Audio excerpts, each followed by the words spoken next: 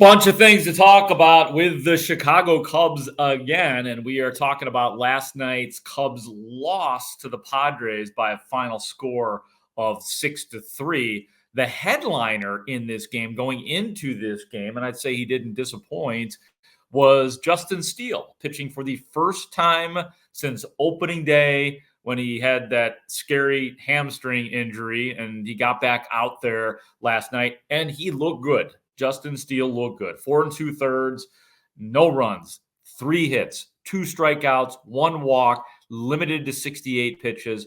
He was clearly on a pitch count probably somewhere in that 65 to 70 range, because when it was time and he was still going well, obviously 2 outs in the 5th inning, and Counsell was like coming right out. Like there was no struggle. Nothing bad. It was just that's your classic pitch count, and we are going to abide by it.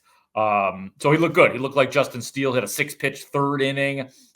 He allowed a 2-out double in the 4th and got out of it. So the little traffic that he had, as usual, doesn't seem to fluster him in the least. Yu Darvish pitched for the Pods, 5 shutout innings on his side. We'll talk about the damage done in this game right here, because Justin Steele, like I said, was good, but guess what? Again, there was a bullpen breakdown. The Padres scored 6 runs in the 6th inning. Game was scoreless at that point. Richard Lovelady comes into the game, allows the first 2 guys on. Then I got to tell you, man, this was one of those nights too where the Mike Shildt, the manager for the Padres, had a good game. He outmanaged Craig Counsell in this game with some of the stuff that he was doing on the base paths and some hit and runs and things like that. But allows the first one, double steal. So you had runners on 2nd and 3rd, and that's where Jackson Profar gets a 2-run hit off of Lovelady. Then the next guilty party out of the bullpen was Daniel Palencia. They bring him in that deadly 6th inning, and the Padres, as I said, Mike Shildt executes a perfect run and hit in that spot, followed by another RBI hit to make it 3-0 San Diego. Palencia would eventually load the bases before Luis Campesino cleared them with a double to make the game 6-0 Padres, and the Cubs were never able to recover from it. So the problems continue to flow in the bullpen. The bats were bad too. Cubs had 2 juicy chances in this game to turn things around considerably, like in the 7th inning when things started to get dramatic. Cubs in the game via a Chris Morel 2-run homer in the 6th inning. Of course, it was a 2-run homer by Morel. Gomes hits a homer in the 7th inning to make it 6-3 Padres. Cubs eventually had 2 on with 2 outs with Christopher Morel at the plate, and the new pitcher comes in, so a lot of buildup. First pitch he sees, he grounds out to the left side of the diamond. The threat is over. The score remains 6-3. That's not egregious because, Morel with 2 outs, and they did score some runs.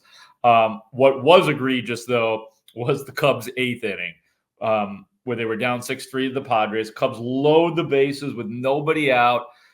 PCA, Pete Crow Armstrong, as the crowd was chanting his name, PCA, he comes up with the K. That's 1 out, PCA K. Yan Gomes strikes out swinging to make it 2 outs. And I'm actually glad Gomes got a homer tonight. Remember all the magic he had last year? Like, I really thought that was a spot for Gomes to come up big, because he hasn't had those big hits this year like he seemed to have all of last year. But Gomes strikes out. Nico pops out, inning over. Cubs never added anything more than that. So you had 2 really rough things going on tonight. Bad bullpen and bad hitting for the Cubs, except for, and this has been way too much recently, with the exception being Christopher Morel, as he hits another dinger, and they do continue.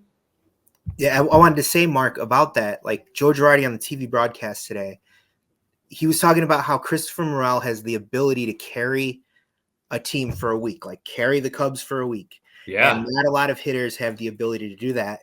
in MLB, but it did get me thinking, like, if he's the bright spot right now, like, what's going to happen when he goes cold? Like, Right. what are you going to catch on? And he did go cold recently. Like, yes.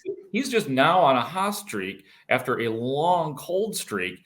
And to your point, Ray, things were not good when he was not hitting. So it's a great point. I mean, you don't want to become too dependent on Christopher Morel. And I'll say this, too, about Morel. I said it out loud. I probably said it on this podcast. You cannot start Christopher Morel at third base. That's what I said. But the Jed Hoyer and Craig Counsell and whoever is championing Christopher Morel, they're right.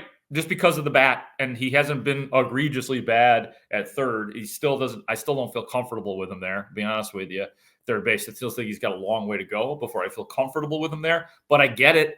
I get why you got to get this guy 4 at-bats a game. I understand what they are doing with Christopher Morel. You got to find out. And as far as the hitting is concerned, that stuff is real. So what I didn't get at the beginning of the season, I get now. But yes, there's got to be more than Christopher Morel. We talked about the bullpen with Richard Lovelady and Daniel Palencia having their problems in this game. Guess who got into the game late, too? Adbert Alzolay. We're all watching to see what Craig Counsell does with Alzolay in these games now because of his 5 blown saves. 9th inning, 6-3 Padres.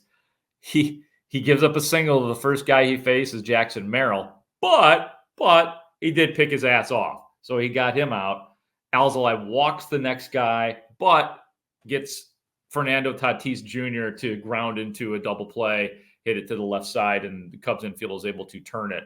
So, I don't know. And you saw the excitement return for Alzolay, pumping his fist, just kind of like, talking to himself as if to almost say, I know I could freaking do this. So that's what I felt Alzolay was doing. And I thought it was pretty good that he was able to get Tatis to roll into that double play because Tatis had victimized Alzolay earlier this year. It was one of the worst ones because it was a situation in San Diego where I don't remember the exact score or even it must have been the 9th. Maybe it was the 8th. I don't know. But Alzolay came up high and tight on Tatis Jr. on a pitch.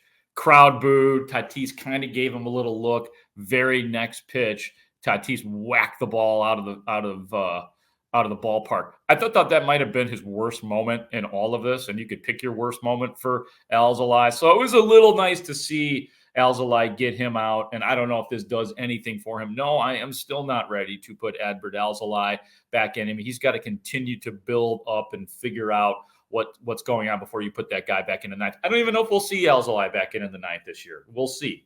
We'll see what happens when they get back into a save situation, which hopefully will occur tonight when the Cubs and Padres do rematch. Shota Imanaga going for the Cubs. Always fun to see what that guy does.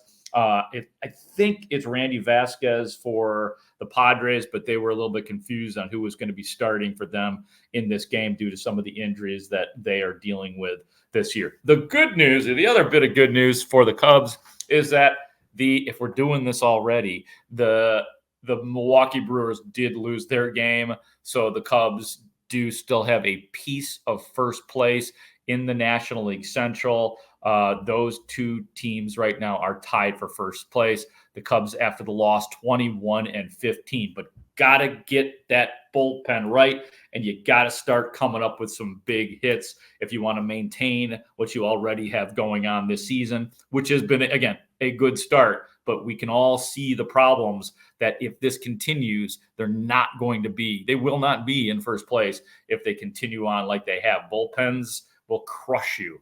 And that's low key right now, what is happening with the Cubs.